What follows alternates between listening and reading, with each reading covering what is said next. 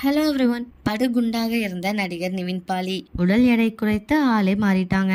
பிரேமம் படத்தின் மூலம் ஒட்டுமொத்த தமிழ் ரசிகர்களின் மனதை கொள்ளை கொண்டவங்க தான் நடிகர் நிவின் பாலி. அந்த படம் அவருக்கு கொடுத்த பிரபலம். மலையாளத்தில் அவர் என்ன படத்தாலும் தமிழ் ரசிகர்களுக்கு கொண்டாடி வந்தனர். ரிச்சி என்ற தமிழ் படம் நடிச்சாங்க. ஆனால் சரியான வரவேற்பு கிடைக்கல. தற்பொழுது 7 கடல் 7 மலை என்ற படத்தில் நடிச்சிருக்காங்க.